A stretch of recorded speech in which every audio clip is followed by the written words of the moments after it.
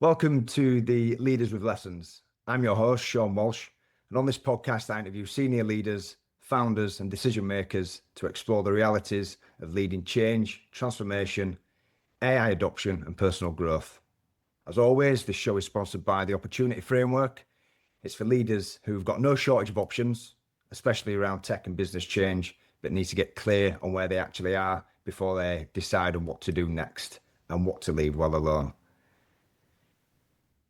It gets it out of your head and onto the format you can work with. A short, sharp session with a senior pair of eyes. You walk out with the recommended way forward, the real risk named, and a clear next move. If that sounds like something that would give you some clarity right now, give me a shout. The link's in the show notes. But on today's show, our guest is Matt Cochrane, who is the COO at Fairlo, where they are becoming a fully regulated bank. Matt, welcome to the show. And I want to ask you a question that I always open with. If you were starting out in business again today, knowing what you know now, what would you do differently?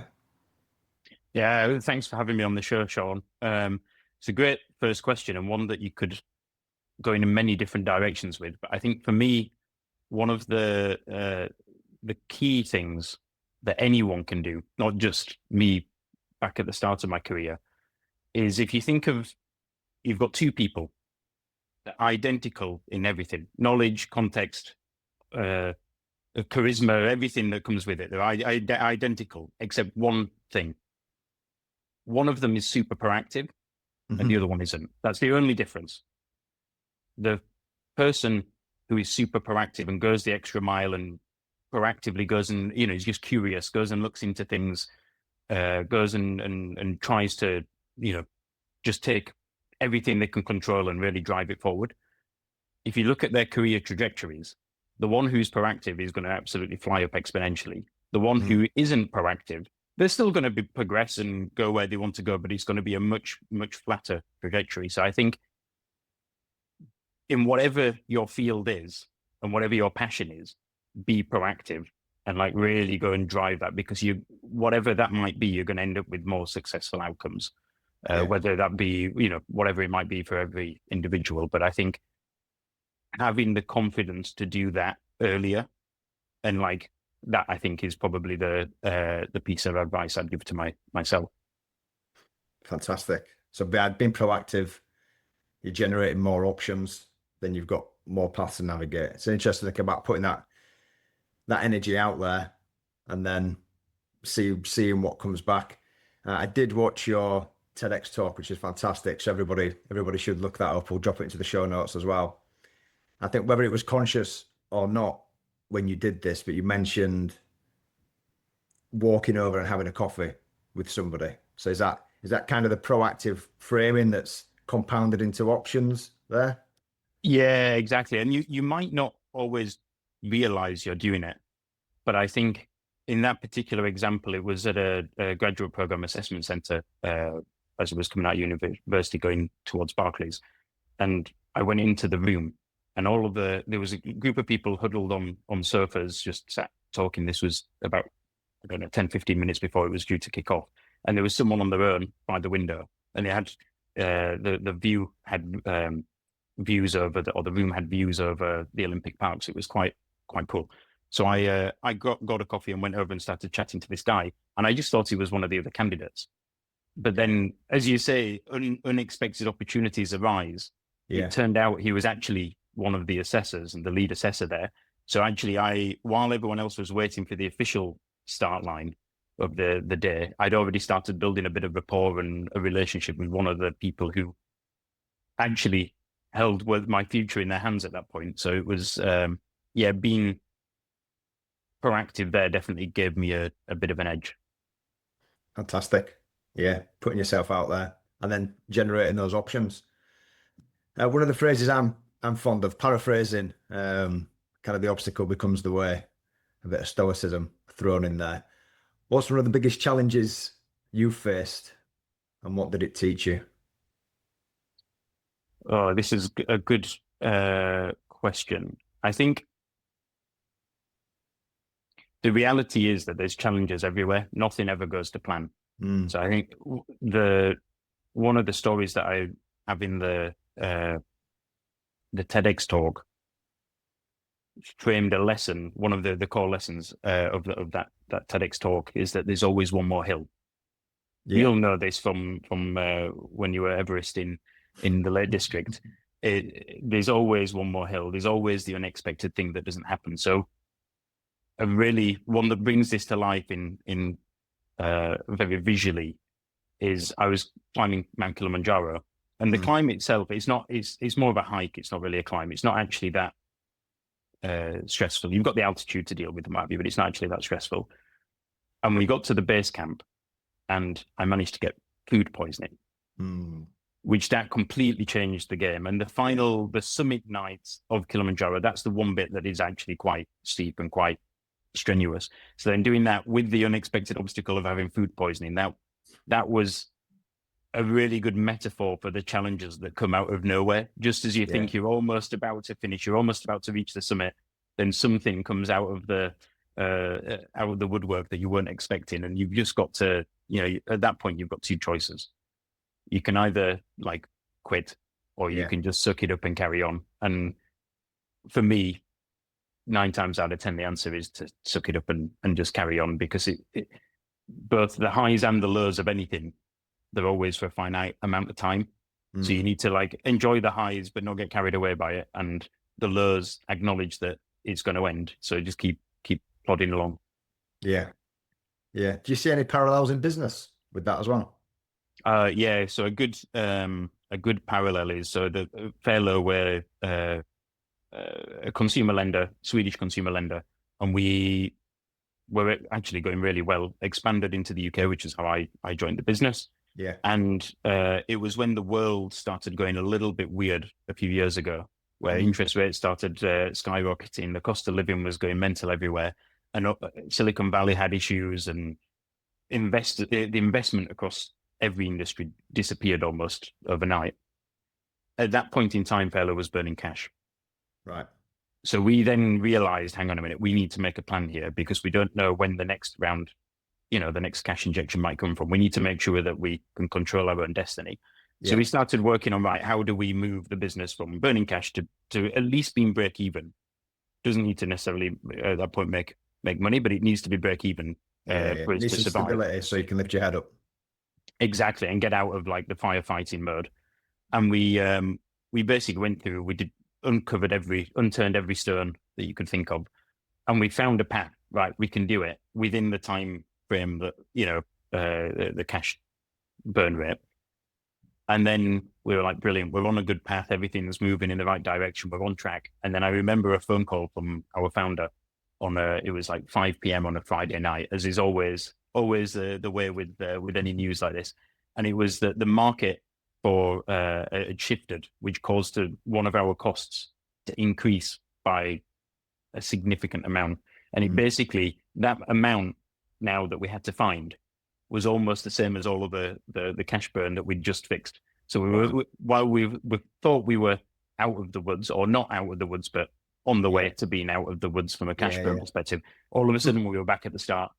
And that was demoralizing, but it's the same thing. Like, you're about to go on the summit hike on Kilimanjaro, you get food poisoning. Yeah. It's exactly the same thing. What do you do about it? You can quit and go, well, I can't do it. Or you can just try and find a way. And sometimes it'll come off and sometimes it won't come off. It doesn't mean that it's going to work every time, but you've got to give it a go.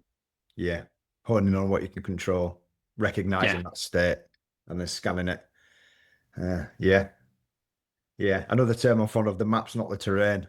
So, having the best plan in the world, or kind of a militarism, no plan survives contact. Yeah, exactly. And then being able to adapt appropriately. It was Winston Churchill. He said that those who have a plan have better outcomes than those who do not, even if they rarely stick to the plan. Yeah. It's an interesting psychology quirk. Do we create plans to give us that grounding that we need in the moment, that soothing, and then build up? But those that can't adapt to that, as you try to peak Kilimanjaro, as you try to deal with the next business issue, I think that, to summarize what you're perhaps saying there, is That does that separate the likelihood of success for those that can adapt? So you almost need the full arc of the story. You've Yeah. got to plan, you've got to set goals. If you want to drive towards those outcomes, there's something in the visualization of it and rallying people around a common theme. But the ability to adapt to the environment, shift and keep going, and that deep resilience that I think you can grow. Not everybody's innately born with it. I'm sure some are. I've had to I've had to certainly suffer for it and continue to do. But what do you think's led you on that path? What's given you your drive, your resilience, your ability to adapt from Kilimanjaro, swimming the channel, navigating business? Honestly, I don't know. I think it's just a desire to always, or to what's the phrase that I use at the moment? Actually, it's I don't like the idea, or where I am right now. I used to be very fit when I was doing the Ironmans and everything. Now I've had kids. Yeah. Not quite the same amount of time available to train, so I'm not quite where I was. But actually, I hate the idea that I've already peaked. Yeah. So I don't want to think that actually I've already reached my, in this case, physical peak, but it applied to anything intellectual, whatever. Yeah. And I think that I've always had a bit of that even when I was younger, but it's just got stronger. The more you do and the more you flex that muscle, the more you Yeah. realize actually there's more. I didn't realize I didn't think I could do that, but I've been able to complete it. Well, that other thing that I thought I'd never be able to do, actually, maybe I can go and do that now. Mm. So for example, the Ironman, I was at university and rowing for the university, and we thought, I was with a friend in the gym and we thought that we were like pretty fit. Like we were, Yeah. training a lot, and we were in good shape. And then I remember being in the gym and we saw a poster for Ironman Bolton. I went to Yeah. university at Lancaster, so very close to Bolton. We saw this poster for Ironman Bolton, and we kind of were like, "Oh, what's that? Let's have a read." And we read it, and we read that it's the 3.8K swim, the 180K bike, and a 42K run at the end. And Yeah. we just looked at it and we said, "No, there's no way we could do that." And we walked away. And then it genuinely haunted us. Like the fact that we admitted that we couldn't do something, it followed us around for a while. And then eventually we decided, you know what, enough's enough. We're not going to wake up tomorrow and go, oh yeah, I'm ready to do it now. You need to start on that journey. Otherwise you're never going to be ready. Yeah. You don't wait for that perfect moment because it's never going to arrive. Yeah. So then we started and we did a few smaller triathlons and races and what have you. And then in the end we did do the Ironman. And we went on to do a few afterwards as well. And having done the first one and realizing actually you can do it, Yeah. when you originally thought that you couldn't, that was a big turning point in my head for everything, because it was like actually you put obstacles, your own obstacles in your own brain that actually don't exist. Yeah. Yeah. I hear that, mate. The fantasies that we create, positive or negative, attached to hope, the messages, whether they're unconscious, driven from the environment, from early influences.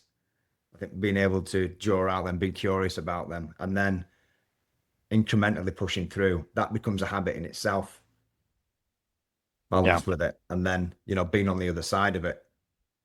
I'm sure we've both experienced where we're doing complex things within the business, solving cash flow issues, getting your firm where it needs to be, delivering projects, endurance events. I've certainly felt the fantasy and the lead up to them and the benefit of the structuring towards that. But then afterwards, the sense of emptiness and almost disappointment. Yeah. That thing you've been working towards for however long Yeah. is no longer there now. It's like, what's next? You think actually the TEDx was a good example of that. They had a lot of build up, and you think, I can remember watching over the years, watching however many hundreds of TEDx talks, and you think, oh, they've really figured it out. They know something that the rest of us need to figure out. And then getting the opportunity to do it, you realize actually that's not actually necessarily the case. And once you've done it, you still go back to work on the Monday morning after doing it on the Saturday. It's like there's no difference. Yeah. So what do you do? I think having one of the key takeaways from that talk was that the finish line is an illusion. and the true prizes they carry to you forged during the struggle. It's Yeah. not. It's not that you don't need the finish lines. You do, but that's not where it stops. That's just one milestone along the journey. So it's um, always having something else to move on to is important to not fall into that emptiness trap. Yeah. It's a journey, not a destination. Just kind of a stop on the Exactly. way. Yeah, I think that's a useful framing. It's something I'm battling with constantly as well. And trying to build the awareness that there's brittle hope almost attached to the outcome of it. So the fantasy, I'm going to complete this thing. I'm going to scale the business. I'm going to deliver this. I'm going to finish this ultra.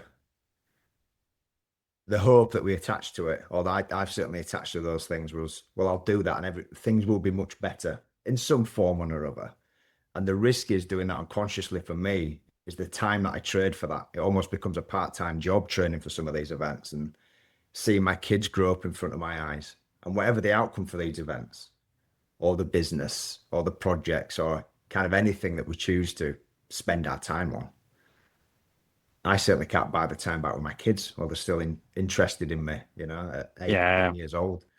So keeping that in mind, but then trying to navigate life in the It's balance of it. exactly the balance of it, and it's hard. And I always find you never get it right. Actually, Yeah, with hindsight, you always go, "I wish I'd done less of that or more of that," or yeah, you never get it right. But you can only control what you can control now, and use the you know what you know and the data that you've got, or the whatever it might be, to make a decision today. That's yeah. all you can do. Definitely, mate. And I think being kind to yourself about that as well. Keeping that frame is less, for myself, there's less shame in it, there's less anxiety. So there's more energy to do the other stuff. Yeah. Yeah. Not about getting it right, it's just about getting it less wrong. Yeah, yeah, exactly. Well, perfect doesn't exist. Yeah. There's no such thing as perfect. Yeah. So it's how do we start, and then you just keep iterating on whatever it may be. Fantastic. Yeah. Well, really appreciate your time. We're just coming up to time. What is the best way for people to get in touch with you? I would go on to don'tbealemon.io, and you can see the TEDx talk there. There's a contact form on there. I think there might be a link to my LinkedIn profile as well. So that would be the best way to get in touch. Fantastic, Matt. Really recommend everybody checking Matt out. That TED Talk is really good. What some good lessons on there. And don't be a lemon. That one's going to stay with me. So Matt, thank you so much for being on the show. Really appreciate it. And as a reminder for everyone listening, this show is sponsored by the Opportunity Framework. If you've got no shortage of options, especially around tech and business change, but need to get clear on where you actually are before deciding what to do and what to leave well alone, it gets it out of your head and into a format you can work with. A short, sharp session with the senior pair of eyes. You walk out with recommending which way to go next, what not to do, format of the real risks. And if that sounds like something that'll give you clarity right now, give me a shout. And until the next episode, lead with change.